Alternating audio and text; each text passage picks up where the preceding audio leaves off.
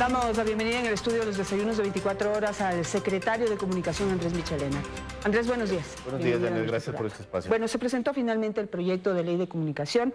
En términos generales, pues está ya sometido al debate. Ayer estuvo aquí Fundamedios, que ha sido muy crítico, que fue muy crítico de la ley de comunicación anterior y pues en general hizo una buena evaluación. Ahora, ya entrando más a fondo, hay críticas también de varios sectores que yo creo que pueden ser tomados como aportes.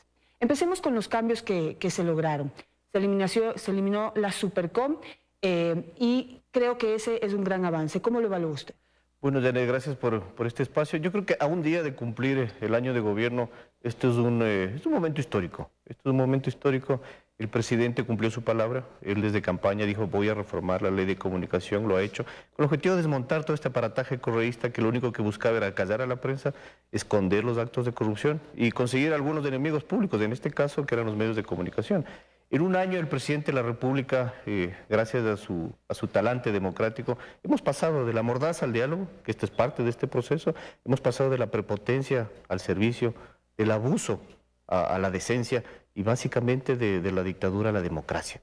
Esto lo ha conseguido el presidente de la República en un año. Y esta reforma, este envío de reforma a la ley de comunicación nos permite justamente vivir y respirar aires de libertad. La propuesta conceptual, como usted bien lo dijo, Janet, es eliminar esta mal concebida Supercom, que algunos no sé por qué todavía defienden, que lo único que buscaba era sancionar, controlar y vigilar a los medios de comunicación. Y en absoluto marcar el respeto a los derechos humanos y peor aún, el respeto a la libertad de expresión. La libertad no es una concesión que debe dar el Estado a nadie, es un derecho que tienen los ciudadanos. Y ese es el espíritu de esta reforma propuesta por el presidente de la República en la nueva ley de la comunicación. Sin duda hay voces que nos pueden ayudar muchísimo, como usted bien lo dice, Janet, a contribuir más a este debate, a contribuir mucho más a este diálogo. Pero yo creo que al eliminar la Supercom lo que estamos haciendo es pasar de la sanción al respeto pleno de los derechos. Y obviamente no es que se atribuye las funciones de la Supercom, ojo, ni a la Defensoría del Pueblo ni al Cordicom. Al eliminar esta delegación o esta función que tenía la Supercom, que era controlar, vigilar y sancionar a los medios, lo único que estamos haciendo es devolverle el espíritu institucional a la Defensoría del Pueblo. La Defensoría del Pueblo, por la Constitución, tiene que defender los derechos humanos. Y la Cordicom fomentar, desarrollar el tema de la comunicación. Pero ¿cuál sería la diferencia? Porque si pasamos de, digamos, de esta entidad como sancionadora, que presiona, que era la Supercom, a que ese papel lo juegue la Defensoría del Pueblo, quizás hay partes en donde se ve que tal vez no podría haber un avance. Pero también existe la duda, esa es también otra duda desde otra facción de la sociedad, que sobre si la Defensoría podrá hacer cumplir los derechos que tiene la gente, por ejemplo, un derecho a la réplica o derecho a la rectificación. Bueno, uno de los principios básicos de la reforma a la ley de comunicación es el respeto a la normativa internacional. Y en la normativa internacional se señala todo lo que usted dice, el derecho a la réplica, el derecho a la repetición, el derecho a la respuesta. Y obviamente hay que entender que ha sido 10 años de estar acostumbrados a que nos sancionen, nos vigilen, nos supervisen. Ahora ya no existe eso. Ahora es el respeto a la libertad. Y no hay delegación absoluta a nadie de esto, porque es inconcebible. La libertad de expresión no tiene que ser vigilada. No puede ser normada, un derecho no puede ser limitado. Exacto, es un tema de principios, de valores, de ética. Es como si usted a su esposa tiene que firmarle un contrato porque va a amar y va a ser fiel. No, esto lo lleva uno dentro. Y este es el gran avance que estamos llevando nosotros, que es un proceso, justamente estamos proponiendo también la autorregulación. Los medios de comunicación también tienen que entrar en un espíritu de revisión, de mejoramiento, de respeto a los derechos humanos, de respeto a la normativa internacional. Y obviamente yo creo que eso es lo más importante. El mundo se lleva hoy por la confianza. Y creo que hay que ser respetuosos de estos procesos. Y la Cordicom tampoco asume ninguna delegación en absoluto de la Supercom. Lo que está haciendo la Cordicom es llevar un proceso simplemente de desarrollo, regulación y fomento de la comunicación. Y lo que hemos hecho es incluso incorporar un personaje más que es un representante de la academia. En esto la ciudadanía está plenamente participada en Cordicom y podemos trabajar en el fomento, el desarrollo y la promoción de la comunicación, que es importante. Otro de los espíritus que se promueve aquí, por ejemplo, es el espectro de la comunicación en general. Conceptualizar la comunicación en sí. Tenemos los medios de comunicación públicos, que los hemos caracterizado en dos momentos. Uno, los medios de comunicación públicos al servicio ciudadano, que deben estar al servicio ciudadano, deben estar integrados por la ciudadanía, no como es hoy, que lo rige el gobierno, lo financia el gobierno y lo controla literalmente el gobierno. Felizmente tenemos un presidente totalmente democrático, que ya no usa los medios de comunicación públicos como antes para propaganda y peor para un manejo político. Y los medios de comunicación públicos institucionales, es decir, al servicio de la información de la institución del Estado. En este caso, la Asamblea tiene una radio, la Asamblea tiene una televisión, el gobierno puede tener un canal de información, pero transparentar los procesos. Y los medios de comunicación privados y los ciudadanos y comunitarios. Cada uno tiene objetivos distintos. Claro, pero esto de 33, 33, 33, de dividir en 33 el espectro, primero ya se probó que no es posible cumplir como con esas cuotas, pero ahí lo más preocupante, digamos, y que creo que no se ha cambiado en la ley, es que el Estado tenga el 33% del espectro. Eso no ocurre en ninguna parte del mundo. ¿Para qué necesita tanto espectro el Estado? Cuando debería ser de la ciudadanía, digamos, esa posibilidad de acceder a tener un medio de comunicación. Lo único que hemos hecho aquí es respetar el derecho que tienen los medios pequeños, regionales y comunitarios, que deben tener su espacio. Obviamente también dentro de una de las reformas que hemos puesto a la ley de comunicación es que ya no compitan los comunitarios con los privados. O sea, era un absurdo que se ponga a competir un medio privado con un medio comunitario. Y muchas veces se manipuló políticamente para, en este caso, competir con dos radios prestigiosas de la ciudad de Quito, que es Radiovisión y Democracia, inventando temas comunitarios para competir por la frecuencia. Incluso nosotros en la propuesta de la reforma estamos poniendo que hay un puntaje por experiencia. Si hay una radio que tiene 40 años de historia en el país, que tiene una defensoría de audiencia, como bien nos llama el presidente de la República, esa radio tiene 20 puntos más que una radio nueva que vaya a ingresar al concurso de las frecuencias. Igualmente en las comunitarias. Si existen radios comunitarias totalmente decentes, históricas, que hacen un buen trabajo, tienen derecho a tener un puntaje adicional, no una radio comunitaria que se crea el día de mañana para tener un espectro. Lo que estamos poniendo nosotros, en base a lo que usted dice, Janet, no es que estamos asignándole al gobierno el 33%. Estamos dejando el 34% sí para los medios comunitarios y ciudadanos. Y ese restante puede competir el sector privado y el sector público, pero no es que sea asignado al sector público. Es más, el presidente, en la honra y el cumplimiento de su palabra, nos ha dispuesto a poner en la transitoria número 1 la venta de los paquetes accionarios de los canales incautados. El presidente Correa en el 2008 dijo que iba a vender. Pasaron 10 años y lo único que pasó es que se quebraron medios de comunicación incautados. Obviamente estos procesos están ya en las instancias correspondientes que están revisando el mal manejo administrativo de estos canales, pero el presidente ha pedido que se ponga en la transitoria número 1 de la ley de comunicación la venta de los paquetes accionarios. Yo creo que eso es honrar la palabra, eso es cumplir y eso es ser democrático. El gobierno no necesita tantos medios de comunicación a su disposición. Para eso están ustedes, para eso están estos espacios, para informar, para comunicar y para debatir. Vamos puntualizando algunas cosas antes de que se me pasen por alto. En el tema del Cordicom, volviendo un poquito atrás, usted pues dice que se abrió el espacio a la academia, lo cual es perfecto y absolutamente saludable. Pero algo que sucedió en la aplicación y en la creación de la ley de comunicación es la falta de conocimiento de cómo funcionan al interno los medios de comunicación. Es decir, por ejemplo, en la idea esta de que sea compartida la responsabilidad entre los dueños de los medios y los periodistas sobre lo que se publica, lo que hicieron es meternos abogados a las salas de redacción, lo cual de alguna manera afectó la libertad de expresión y la libertad de prensa. En la reforma de la ley hemos eliminado la responsabilidad solidaria. Exactamente, pero para que funcione bien dentro del Cordicom, ¿no podría haber por lo menos delegados de los medios que no tienen voto, pero pueden aportar con conocimiento, con ideas, con explicaciones de cómo funcionan adentro de los medios de comunicación? Se discutió la idea, pero obviamente legalmente es imposible, porque son regulados. Entonces no pueden ser parte de un consejo donde están siendo regulados. Pero yo creo que el diálogo que instauró el presidente de la República debe funcionar en esta lógica de construcción. Por eso ponemos que la autorregulación es importante para los medios de comunicación, que se construyan los mismos espacios de responsabilidad en el manejo de la información, responsabilidad en el manejo y protección de los derechos desde los mismos medios de comunicación y que se cuadren sistemas de alguna forma de respuesta en estos sentidos. Yo creo que la responsabilidad que tiene el Cordicom hoy tiene que promocionarse mucho más, tiene que fomentarse mucho más. Obviamente no está solo para regular y controlar en este caso, sino para fomentar también en los aspectos de comunicación que son importantes. Yo creo que los cambios han sido importantísimos. Salimos, repito, de la mordaza al diálogo.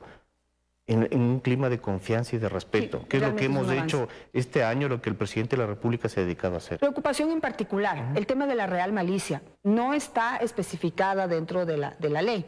si bien, digamos, hay una normativa internacional que expone, defiende o contempla que para poder evaluar el trabajo de un periodista tiene que también incluirse el tema de la real malicia. Es decir, si esa nota periodística, ese análisis periodístico que se hizo, esa investigación que contiene algún error, se lo hizo con intención o simplemente fue un error. Porque pues, podemos cometer errores los periodistas. Por supuesto. Pero no está contemplada la real malicia allí y eso también nos expone a los periodistas a recibir esta vez una sanción o no sé, un llamado de atención por parte de la Defensoría del Pueblo sin contemplar este aspecto. Bueno, yo creo que es primordial tres aspectos, ¿no? Que es tener información contextualizada, tener el tema de verificación de información. Son temas periodísticos ya internos que se deben trabajar. Y yo insisto y nuevamente, creo que el tema de autorregulación es importantísimo. Los medios de comunicación, más allá de que se impongan, como se pusieron antes los códigos deontológicos, hoy se debe trabajar en una propuesta que lo tienen, todos los medios de comunicación tienen códigos de ética, los trabajan internamente, pero se deben profundizar, se deben mejorar, y esto nos debe permitir de alguna forma evitar estos tipos de errores que pueden ser en el manejo de información. Y ante todo, siempre defender la honra y el buen nombre de cualquier ciudadano. Para eso hay procesos serios de investigación. Por eso hemos eliminado en este proceso de reforma también lo que es el linchamiento mediático, porque consideramos que no hay tal malicia, como usted lo dice, para que los medios de comunicación concerten un tema y en todos los medios de comunicación se hable sobre una temática.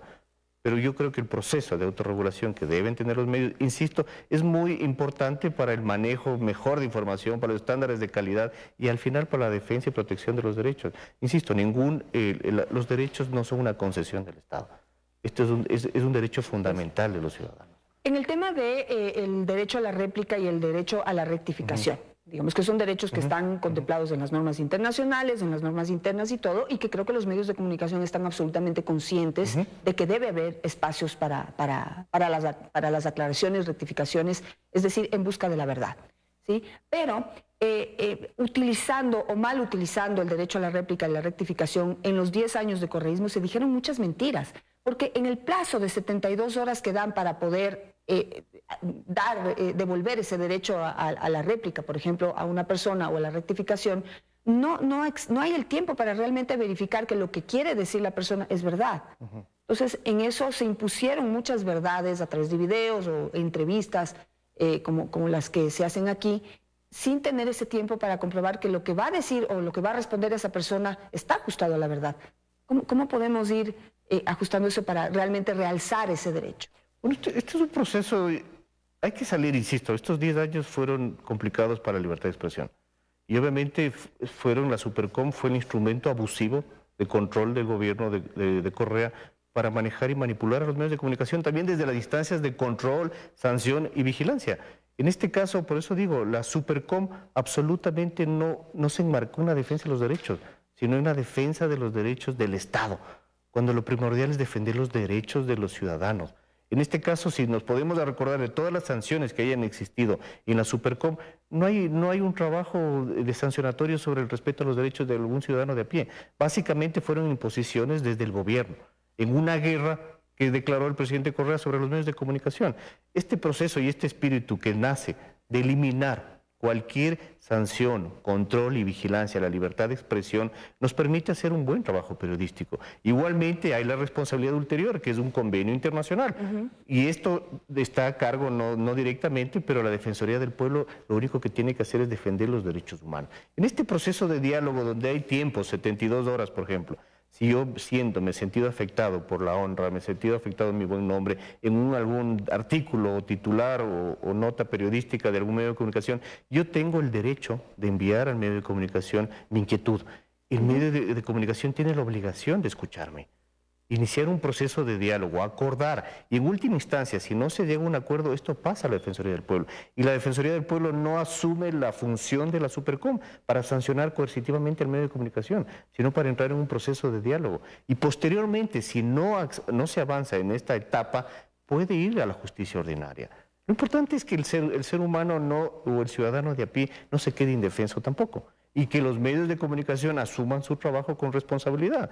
Yo creo que el proceso de libertad, lo que dijo el señor presidente de la República, respiremos aires de libertad, pero con responsabilidad. Esto es un trabajo serio de lado y lado, tanto de los medios de comunicación como de los ciudadanos. Y creo que el gobierno, con el espíritu democrático del presidente, es un buen momento para lograr estos grandes acuerdos. Estos grandes acuerdos, perfeccionar la reforma que hemos presentado, escuchar ciertas posiciones. En este caso, por ejemplo, nosotros hemos mantenido intacto el tema del fomento al cultural, donde existe el 1 por 1, que tal vez no ha sido un gran fomento que tuvimos estos 5 años, pero hay la obligación del gobierno y la obligación del Estado de fomentar el tema cultural. Y también de los medios de comunicación de dar parte de su parrilla, dar parte de su espacio, claro, para que estos fomentos existan. Y a eso iba mi última pregunta, Andrés, en el sentido de que en un principio, cuando se vendió la idea de tener una ley de comunicación con la que se convenció a la ciudadanía que vaya a las urnas y vote por que haya una ley de comunicación, era el mejorar el contenido de los medios. Pero lo que sucedió en estos 10 años es que realmente las parrillas de los canales de televisión, por ejemplo, son deplorables. Ya programas de calidad no hay. No existen. No existen. Uno, porque al gobierno le incomodaba que se haga investigación periodística, por ejemplo. Pero también porque es mucho más fácil hacer otras cosas. Es mucho menos problemático hacer otras cosas y es mucho más fácil satisfacer, digamos, voy a decirlo así, los instintos básicos de la audiencia. Pero en eso también la propaganda del Estado, digamos, la publicidad del Estado, es primordial para poder fomentar este tipo de espacios que la empresa privada, y lo digo realmente, esta sí es una crítica de mi parte, la empresa privada se rige por los ratings únicamente. Y aquí en este país, como en todos, los programas que tienen más rating no son siempre los que tienen mejores contenidos. ¿Sí? Pero pues deciden pautar en esos programas, dejando, digamos, sin ese financiamiento a espacios que la gente sí quiere. Porque estamos catalogando, digamos, tergiversando esa visión de la gente de lo que quiere ver en la televisión. Yo creo que eso es parte de esta reconceptualización justamente de los medios de comunicación y del fortalecimiento de la Cordicom y del funcionamiento de la mal concebida Supercom.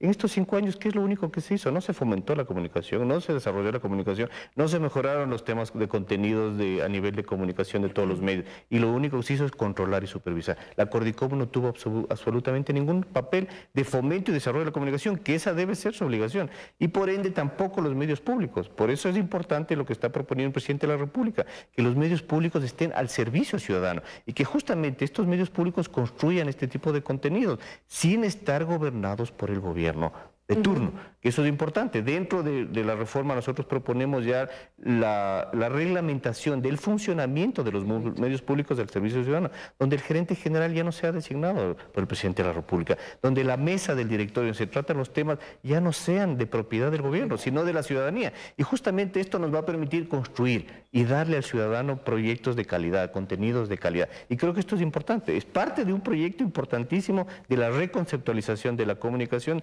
del país en esta reforma a la ley de comunicación. Me voy a quedar con eso. Muchísimas gracias, Andrés, por estar esta mañana con nosotros y el debate continúa. Encantado, gracias.